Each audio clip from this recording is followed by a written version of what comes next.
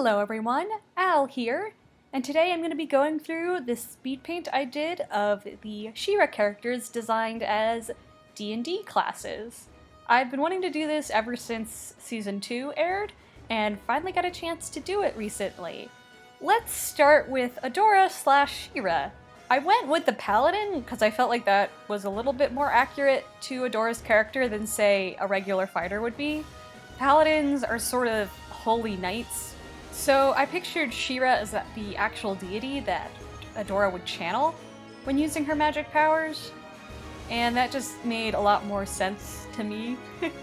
I pretty much stuck to her original color scheme. The only thing I really changed was sort of giving her more of an armor aesthetic rather than just sort of the battle costume she wears. Shera's colors are already really iconic, so I didn't want to change them too much. You'll actually watch me, especially coming up, kind of fiddle with it. I went from her cape being the actual color that it is in the reference photo that I used, and then I ended up dulling it down because the values were weird, and like the values for the pants that she's wearing, I like constantly change like throughout the here we go. I changed it at least 3 or 4 times before finding the actual value that I wanted it to be. I have a soft spot for paladins. The first D&D character I ever played was actually a paladin. He was a half-orc paladin named Kaz, who was the dumbest, sweetest boy in the campaign. I love him, so I feel like paladins end up having a really big spot in my heart. Paladins are great because they have both cleric abilities, so they can heal, but they also are usually pretty heavy hitters. Kaz was really great because he was a huge tank and could take damage like nobody else could. I ended up really liking the pose I was able to get her in. It was kind of a pain to sketch out, but it ended up looking really super cool. I promise next time I'm going to record my sketching and inking process. Honestly, it tends to take me the absolute longest, especially recently. Sketching has been super duper long for me. I go through a lot of iterations before I decide on what I like. I'll make sure to film it next time. I'll also make sure to keep better track of how much time pieces take. I'm really bad at losing track of time when I'm working on a piece, so next time I do a speed paint, I will try to keep track of that better so I can tell you guys, because I know a lot of speed paint videos put how long it takes on the screen, and I think some people like having that detail. So next time I'll make sure to do it. Next, we're moving on to the shading and detailing portion of at least the Shera design. I sort of kept with my cell shading style. I chose a kind of dark purple shadow and put that on multiply and fiddled with that a little bit. I still kept it mostly simple, just sort of giving off some idea of shadow, shape, and form. It was kind of fun to do on the armor, admittedly. I very rarely do armor kind of stuff, so it was neat. I did think it was interesting that the show hinted at doing a D&D episode. Like, I remember before Season 2 came out, there was like an image of Bo with like the stereotypical DM folder, and a lot of us thought that, oh boy, there's gonna be a D&D episode. And then it's sort of not a D&D episode. Like, it's kind of like that. They're sort of playing a role-playing game, but it's like they're planning for this attack and everybody's going through their own iteration of it. It was kind of a really fun surprise. Though, it did make me want to do this project of designing them based off actual D&D classes. It's really fun to think of the D&D classes of fictionalized characters. Your own characters, or you know, other characters from shows and stuff that you like. Once you learn the D&D class system, it sort of is really fun to do, because sometimes a character's class really says a lot about their personality. And I think Shera is almost done. I just add a few more highlights, which is always super fun, especially when you have a lot of like armored things. It makes it really fun to do highlights. So we're about to move on to Glimmer. So with Glimmer, I decided to do a wizard. I thought that made sense with the sort of powers she has. She's probably a evocations wizard. They tend to be the ones who have the like kind of burst powers. Also, when I looked it up, they were the wizards who got teleport. And obviously, since one of her biggest powers is the ability to teleport, I thought that made the most sense. Her color scheme was sort of the hardest to quote-unquote D&D-ify. If you look at traditional D&D imagery, they tend to use sort of earthlier colors. Wizards do tend to be the sort of more weirder dressed characters, especially if it depends on their race. But I tried to use the same colors in her original design.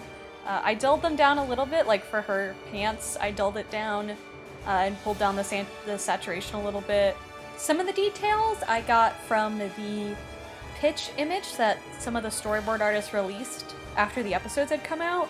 It had all the characters with the D&D sheet, or at least some of the characters with the D&D sheet, and I took some of their stats from that sheet. I also took the fact that Adora was a half-elf and Glimmer here is a halfling. I did cheat a little bit though, because sometimes if you look at D&D illustrations, halflings never wear shoes. They're supposed to have like big kind of furry feet, but I didn't want to do that because I wanted her to be wearing shoes. Because going adventuring without shoes sounds awful, so I didn't do that. But I did take some of the stats and some other little things here and there. Though I did make their alignments and their backgrounds, which is also kind of a finicky D&D thing. A noble makes sense for Glimmer since she's supposed to be a princess, and that would kind of affect her background.